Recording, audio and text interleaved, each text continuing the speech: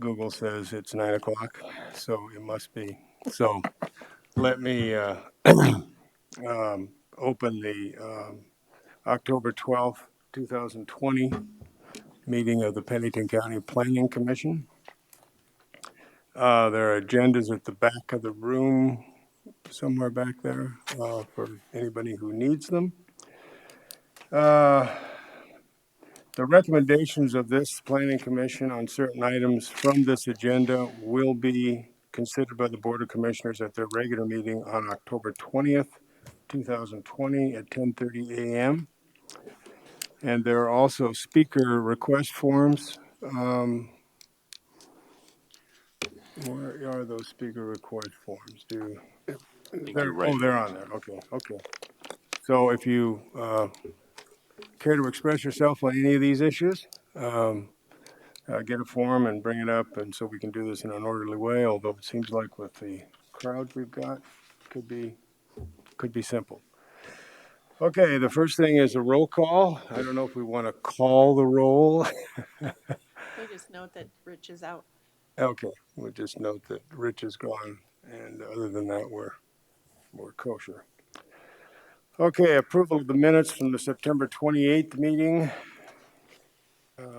Any revisions, changes, additions, amplifications, embellishments, whatever? If not, do we have a motion? Move to approve. Second. Second, we have a motion.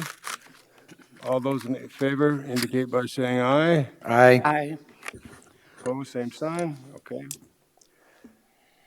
Okay, the agenda, we need to approve the agenda. Is there a motion to that effect? So moved. Second. Second. All those in favor indicate by saying aye. Aye. Aye. Opposed, same sign. Okay. Jason. Morning, Commissioners. Jason Thennison, County Planner. Consent agenda. Following items have been placed on the consent agenda for action to be taken on all items in accordance with staff's recommendation by a single vote. Any items may be removed from the consent agenda by any planning commissioner, staff member, or audience member for separate consideration.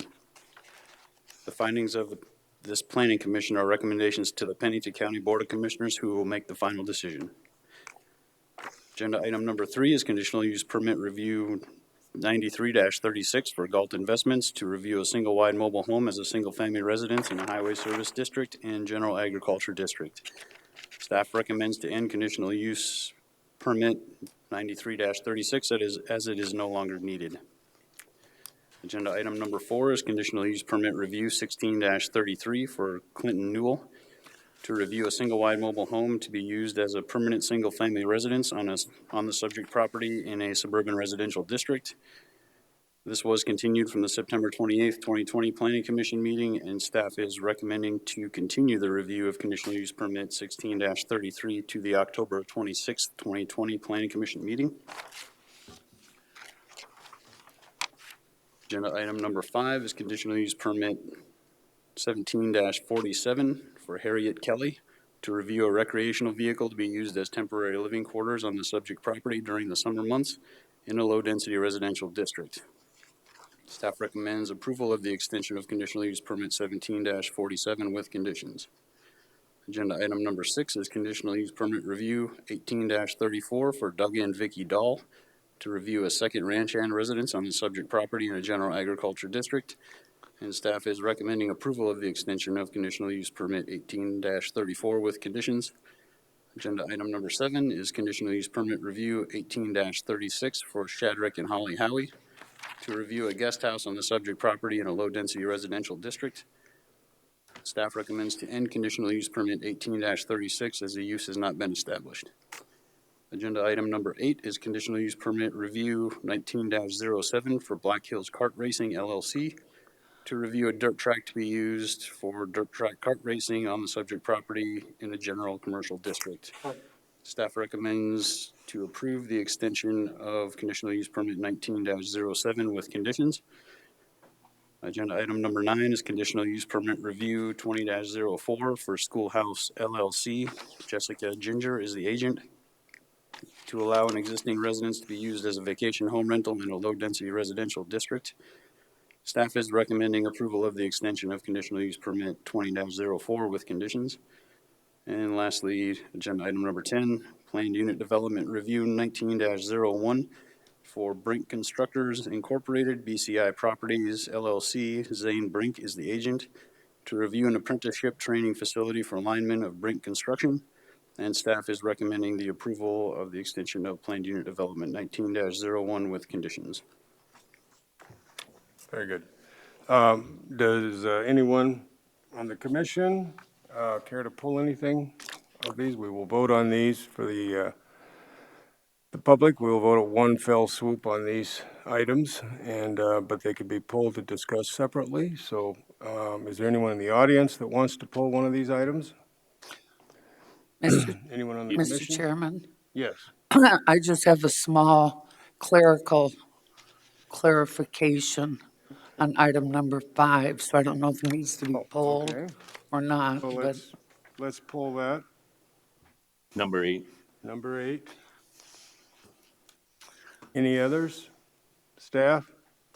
No, sir. Okay.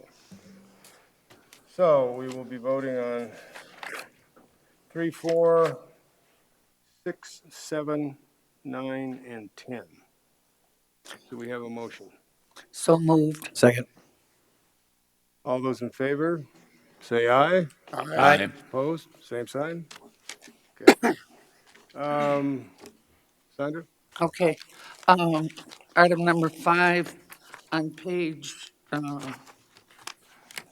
looks like 3-6, under staff report 5. Just the very top of the page says October 22nd, 2020. And I'm just thinking it would have to be a different date. I mean, inasmuch as it isn't here yet. Yes. Probably 2000, it's probably 2019. Yeah, that could be, I don't know. I think it is a Do you see where I am? I see it. It's a typo. That's not correct. And what should it be? I bet it's 2019. I can Because take it this, out real quick. This was last year's. It's not a large I'm deal. thinking it's 2019, but Jerry's checking just in case. Right above it says 2018.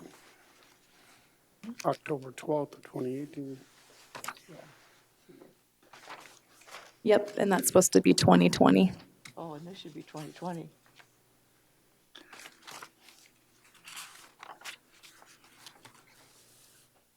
I don't know, 2018 or 2019.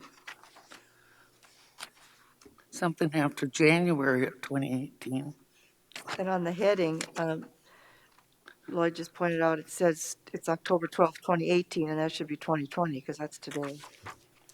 On the heading up there. Yeah, that's good too. Yeah, so, well, Lloyd, I missed noticed the it. obvious.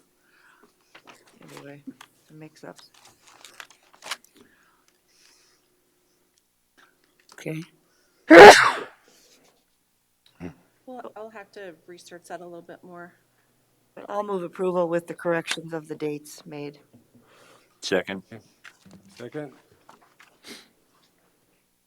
Discussion? All those in favor? Aye. Aye. Opposed? Okay, number 8. Mine's just as easy, Cody. Condition number 5 on page 6-7. And the truth is, it's the same last year in the previous set of conditions from the previous year, number 5. It's not all there. Well, it should say that no sediment is leaving the site. Leaving the site? Yep. Okay. I'm sorry, what? Leaving the site? Leaving the site. Then, SITES? Yep. Oh, okay. Oh, okay. Thank you. That's all I had. Okay. I'll move approval with that correction. Second. Okay. Second. All those in favor? Aye. Aye. Aye. Opposed? Okay.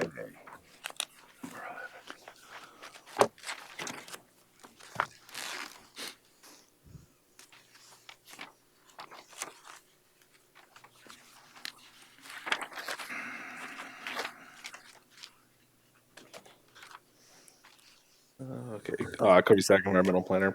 Item 11 is rezone 20-05. It's to rezone 240 acres from a planned unit development district to a general agriculture district. The applicant is a CMR LLC. The total size of the property is 240 acres. It was zoned as a planned unit development back in 2008. It was to create basically a subdivision, 1.75 acre lots with a homeowners association. Houses, guest houses were allowed. The property is being sold to Paul and Virginie Gavick, who do not have any plans to develop the planned unit development as it was. They just want to put a residence on the property. So staff is sees no issues with the request to rezone to a general agriculture district. So staff is recommending approval.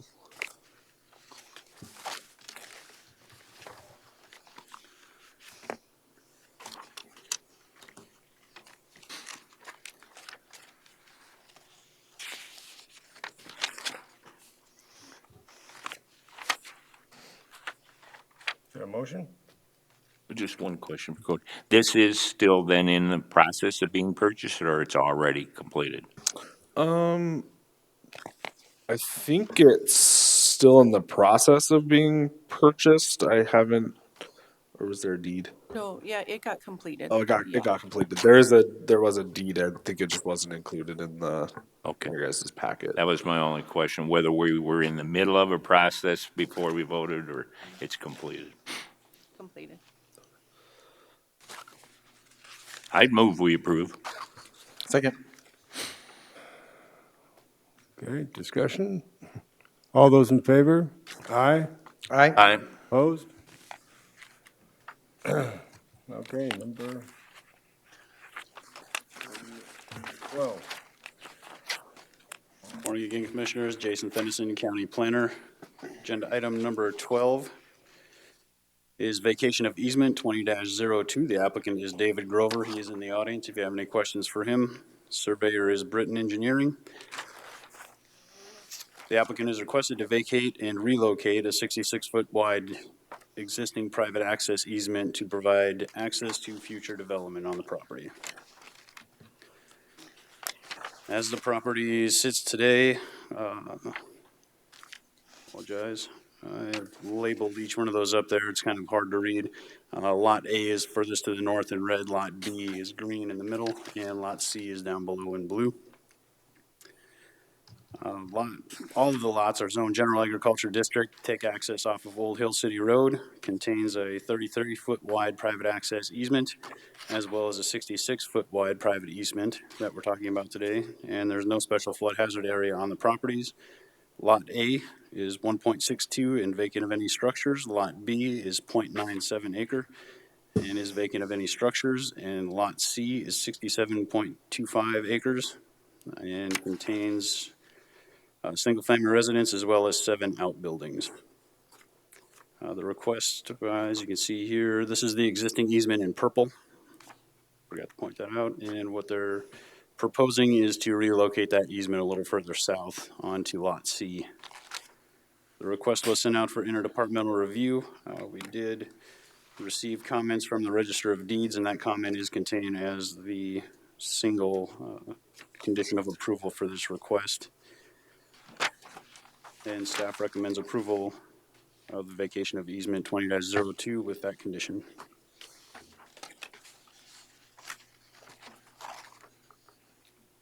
Sandra?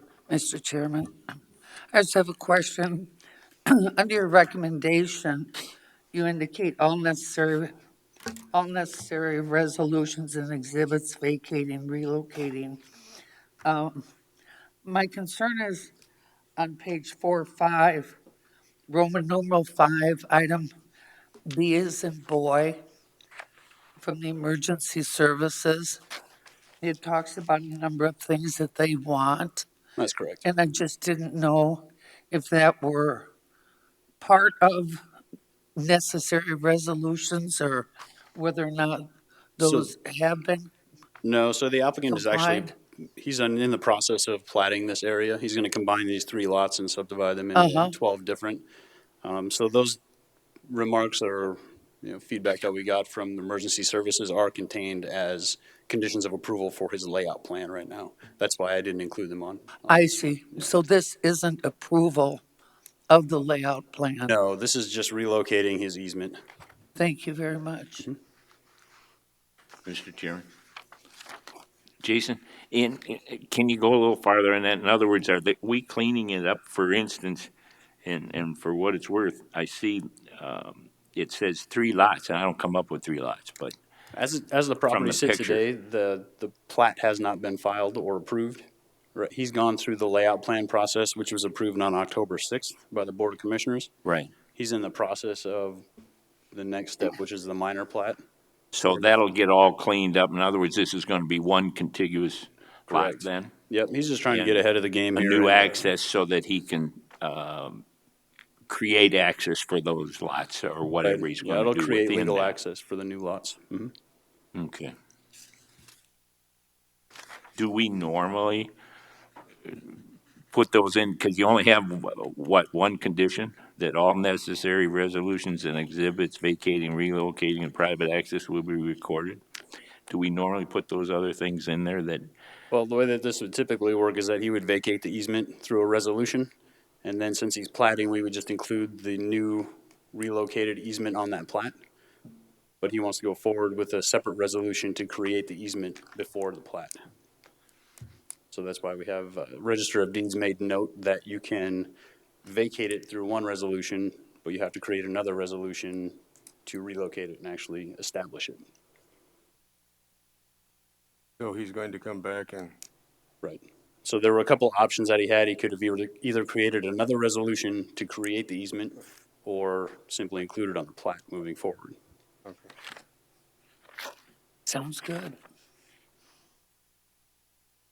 Charles, what do you think? I don't understand why we don't clean these things up together, but that's all right.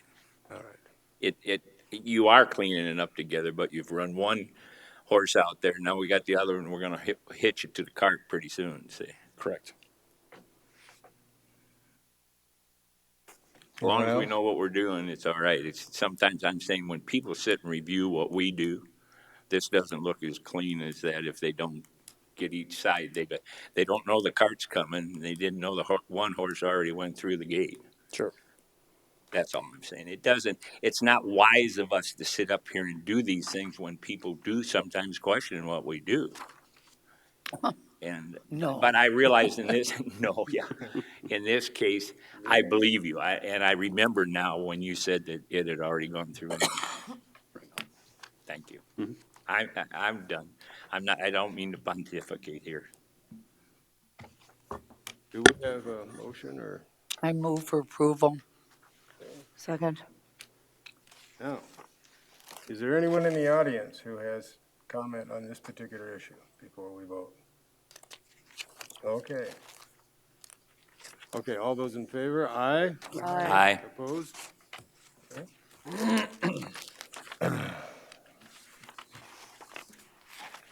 All right, agenda item number 13 is minor plat 20-29.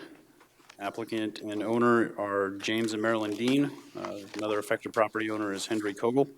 Surveyor engineer is Britton Engineering.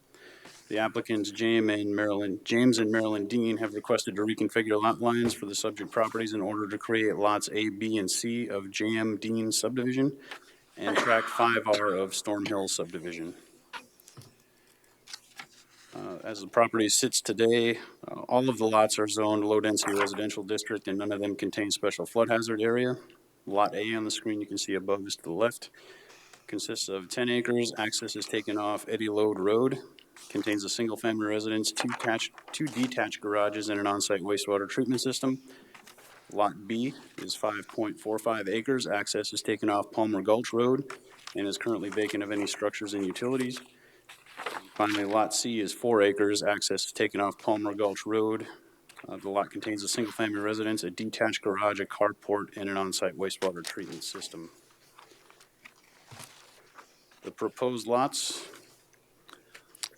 Again, all lots are to remain low-density residential district, and there is no special flood hazard area on them. Lot A is identified in red on the screen for you. It's approximately 3 acres. Access is taken off Eddy Lode Road and is proposed to be vacant of any structures and utilities. Lot B is in blue. That would be approximately 6.7 acres. Access is to be taken off Eddy Lode Road. It also will be vacant of structures and utilities. Lot C is in purple, approximately 3 acres. Access is taken off Eddy Lode Road, and that lot will contain a single-family residence, the 2 detached garages, as well as an on-site wastewater treatment system. And finally, in green, you'll see tract 5R. That'll be approximately 6.7 acres. Access will continue to be off of Palmer Gulch Road, and that lot will contain a single-family residence and on-site wastewater treatment system, as well as the detached garage and carport. The request was sent out for interdepartmental review. The County Environmental Planner, Register of Deeds, U.S. Forest Service, and Black Hills Energy all had comments that are included as conditions of approval.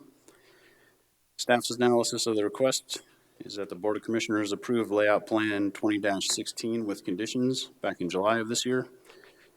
In August of this year, the Board of Commissioners approved rezone 20-04 and comprehensive plan amendment 20-03 to rezone the existing lot A to low density residential district. And with that, staff finds no significant issues with the applicant's request, as it appears to be in harmony with existing lots and current land uses in the area. And we recommend approval of minor plat 20-29 with conditions. Discussion?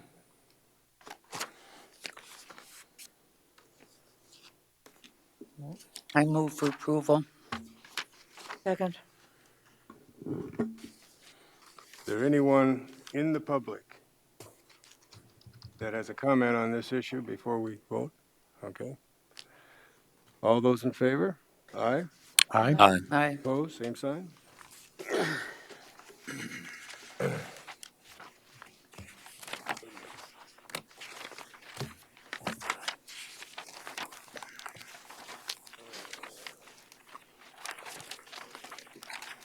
We're gonna have to bring you in off the bench more often.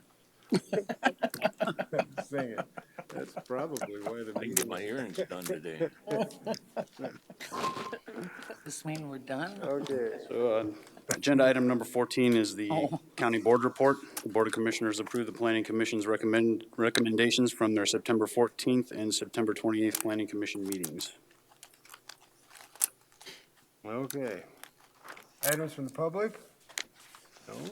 Items from staff? No, sir. Oh, yeah, building permit report. Oh, yes, the building report. Brittany, I'll ask her if she's still on the line. So actually I have to have Brittany go over this building permit report for you. She is still on the line.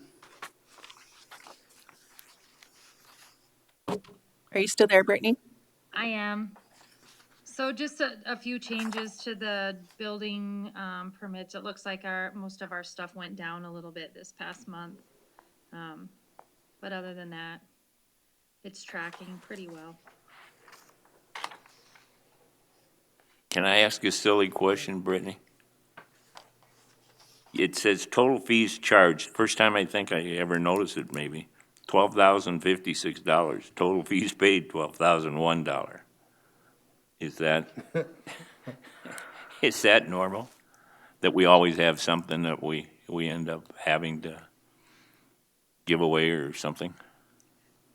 Sometimes we have to submit refunds for certain different reasons. Oh, during that period? Mm-hmm. Okay, so then it's balanced by the total fees paid are balanced by other things. Correct. Thank you. Any other comments on the building report?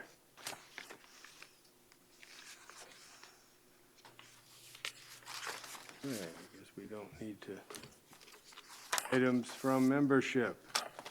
Mr. Chairman? Yes. I'm going to join Katherine Johnson on her concern here a couple of meetings ago on Old Hill City Road area. We're seeing, and I'm sure coming down the pike, is quite a few increases in density out there. And that road is going to make Nemo Road and Sheraton Lake Road look like a choir boy when it comes to danger, once we begin to get more and more people on it. There are so many blind turns, ups, downs. I don't know how many times the railroad tracks even cross there, at least a half a dozen. Because they found out when they put that long train on, there was people that were actually irritated how long they had to sit and wait for that train. And I hope the county is really looking into this. It's serious about the danger level of it at the speed limits and whatnot that are on there.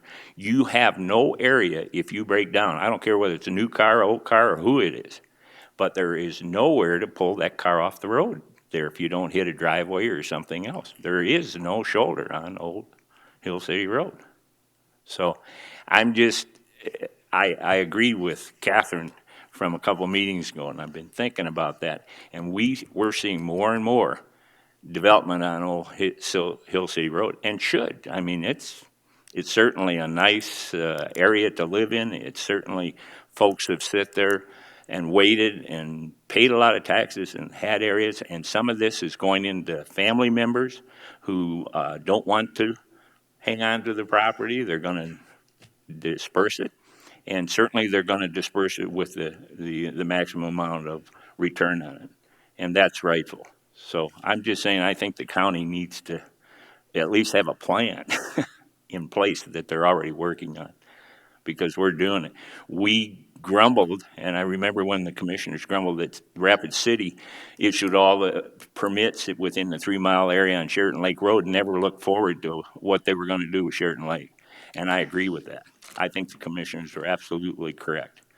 We're looking at the same thing in our own ballpark. Thank you. Chairman. And I'd just like to add to that, it's my point, and there'll be a time when the Old Hill City Road will need some improvement because of the local traffic. But right now, at least it's my opinion, Charlie, that the summertime traffic with tourists just, it makes the local traffic look small. And really, I mean, and even with some new development going on there, I don't think the road right now is during non-tourist season is really the critical factor, because I mean, it's really become the kind of the easy pathway to go for tourists. And Lloyd lives out there too. You have a home there too. You know how that is. I mean, all what you said is true. There's no shoulders. There's blind curves. There's a lot of railroad crossings that are real rough. All that is true. But in the wintertime, I don't think it's a problem. But in the summertime, it can get a little bit congested. Mr. Chair. Yes, Lloyd. Thank you guys for your concern. I think I'll get with Ron Roskinick. And I think we need to sit down with our highway department and have those discussions, because I think, everything you said is true. And one added thing is, with the campground, the KOA campground out there, we get a lot of motor homes coming down that road with no place to turn around, and they're pulling into off private roads and getting into to turn around because their GPS sends them that way. Yeah. I know I've talked to a few residents that, they get those big ones that it's hard to turn around. So, but I think your concerns are heard, and I'll get with Mr. Roskinick and we'll see what kind of plans there are for that. Those are good concerns. Thank you. Yeah, I actually went out there for the first time in a number of years to see an old high school friend, and I was a little stunned at, of course I did it at this time of the year or the end of the summer, and I was amazed at the amount of traffic. And I noticed that we are getting more and more applications for, expansion in that area, and it's bound to have some impact, and compound that with the tourist situation, then you really do have a difficult. Would be good to be proactive on something like that and anticipate for sure. Any other comments? Any other comments from the membership? Okay. Adjournment? Second. We jointly move. Yeah, we need to we're out of here. We are adjourned. No, we didn't vote. That was a fast one. I didn't. All those in favor, aye? Aye. Aye. It may not be a record, but it has I to be wanna,